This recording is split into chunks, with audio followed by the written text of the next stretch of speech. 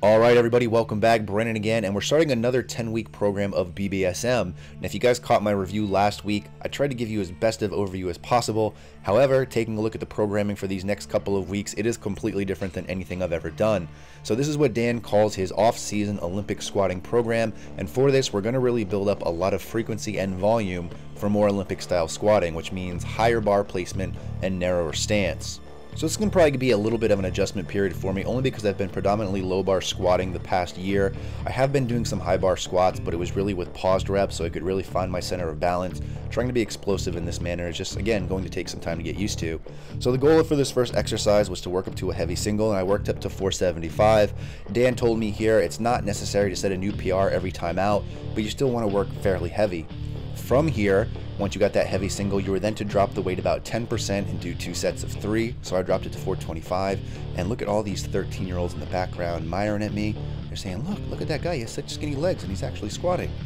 So 2 sets of 3 here, it felt pretty good. Again, with me for high bar, it's just a matter of finding that bar placement where I feel real center of balance. Low bar for me is a lot easier, only because I jam the bar so far down on my back it really can't move. Putting it higher up on my traps, just being not accustomed to, it's pushing me forward a little bit. So again, just going to have to work on that going forward.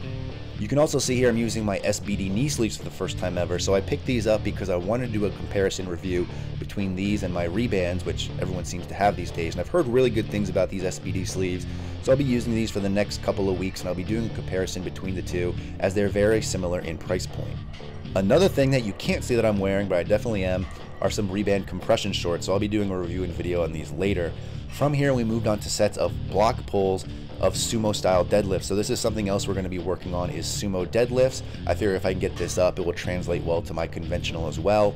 I haven't done these in a very long time, so I wanted to start light, and the goal here was to work up to a heavy set of 5. So here you see my very first set with just 135, and again we're working with like 6-inch blocks here. So these felt pretty good and pretty smooth, so I decided to jump up to 225 and also give you guys a little bit better of an angle. Now when I first started deadlifting years ago, and when I was taught deadlifting, they taught us a sumo style stance to begin with, and I pulled this way for many years before taking a couple years absence from deadlifting because I had snapped my shit up. Now eventually when I got back to it, I started pulling more conventional because I could find I pulled more weight that way, and sumo started to hurt my knees, but I think that was more of a mobility issue. However, this 10-week program, I told Dan I want to work more on my sumo style to see if it translates better, now that I got a little bit better mobility.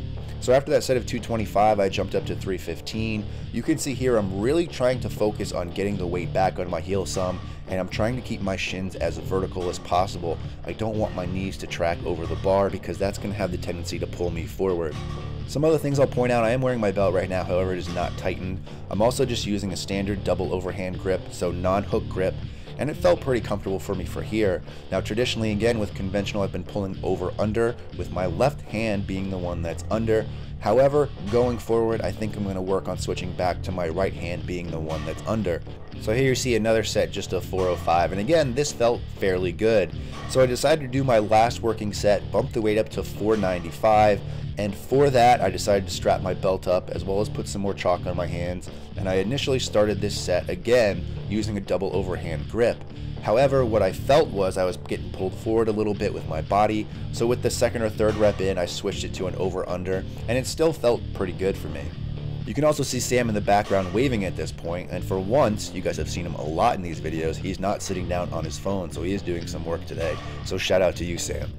Also, if you guys haven't noticed by this point, I've been fairly sick the past couple of days with a sore throat. My voice has been cracking all over the place, so I apologize if I sound a little bit different. However, I think I sound pretty sexy. Got that nice deep voice going. Hey baby, I want to lift some weights. So from there we moved on to some stiff-legged deadlifts. I did these at a deficit, however I wasn't sure if I was supposed to or not. I was confused if I was supposed to do these on a deficit or as a block pull like the other ones. And the goal here was to work up to 3 sets of a heavy 8. So I did 225 for this first set of 8. Again, I'm wearing my belt here, however it's just unclasped, and again double overhand grip.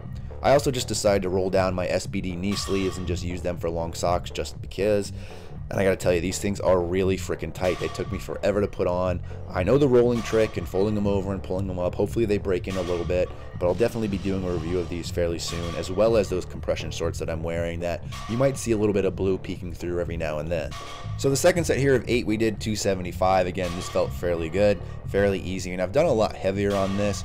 The third set, we did 315 for another 8, and I probably could have gone a lot heavier, but again, being that this is the first time I've worked out in 2 weeks, I didn't want to overly rush into everything. From here, we then did 3 sets of 15 to 20 for hanging leg raises, and in case you guys are wondering, I didn't film it, but I did 3 sets of 15 because by this point I was pretty spent, and I was sweating a lot because of all the compression stuff I was wearing. But overall, great workout. You guys will be seeing a lot more videos from me in the future trying to detail this 10-week program, as again, it is much different. But in the meantime, as always, thanks for watching, and stay big.